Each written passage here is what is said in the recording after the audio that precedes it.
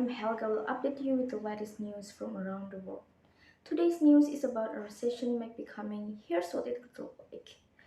Slow recession, or this recession. Whether in the supermarket aisle or the corporate suite, a lot of people are expecting a recession, even if there's no certainty there will be one at all. Survey after survey shows fear of recession are high. It's easy to see why. The Federal Reserve is increasing interest rates in the most aggressive fashion since the early 1980s as it races to bring down inflation. And a recession is often the consequence when the central bank starts raising borrowing costs. In a recent poll of economists, the World Economic Forum found that nearly two-thirds of the respondents believe that there will be a recession in 2023. But here's the good news. Many analysts expect a relatively mild and short recession, or what is sometimes referred to as recession with a small r. Unlike the early 1980s, when the Fed's steep rate hikes sparked a brutal recession, this time around, the economy still appears to be reasonably resilient despite grappling the highest inflation rate in around 40 years. A big recession is the health of the labor market. Yes, there have been high-profile layoffs at companies such as Google and Amazon recently, but those announcements were largely about paring back staff after these companies overhired during the pandemic. In fact, the overall data still shows employers continue to hire. Employers added 4.5 million jobs last year, marking a pretty spectacular comeback from the depths of the pandemic. Of course, the Fed's rate hikes will likely lead to some job losses. The Fed in December projected the unemployment rate will rise to 4.6% from the currently near record low of 3.5%. But that still will be a historically low number.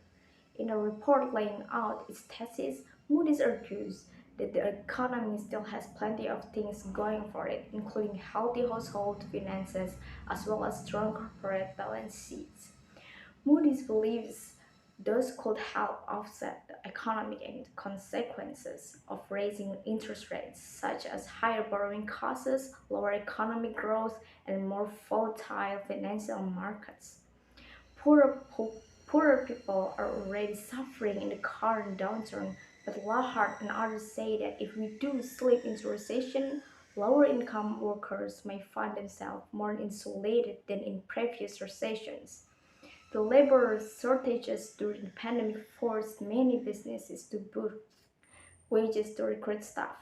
Wage gains at the bottom of the income scale were proportionately larger than those at the top, although many workers' wage gains were practically eroded by inflation.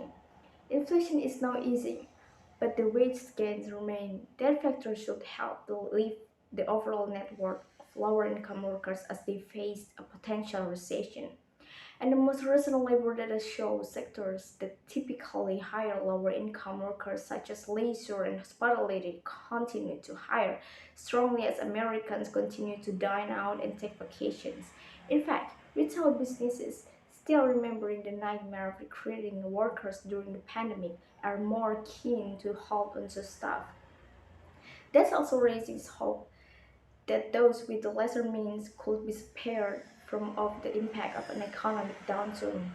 The Fed has continued to argue it has a path to raise rates without sparking a recession, instead steering the US into what's called a soft landing, a scenario in which the economy slows but doesn't contract and unemployment doesn't spike significantly. Some recent indicators point towards that more optimistic scenario. Inflation continues to moderate, with the annual rate falling to 6.5% in December from a peak of 9.1% in June.